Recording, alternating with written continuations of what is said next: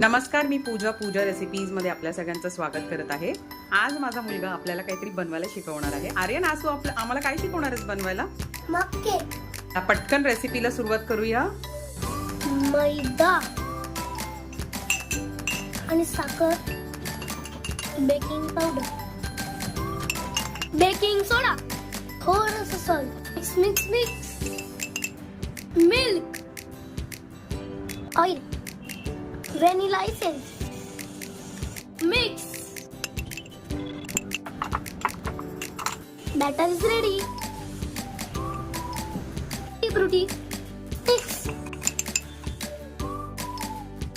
कढईमध्ये 20 मिनिटासाठी बेक करा।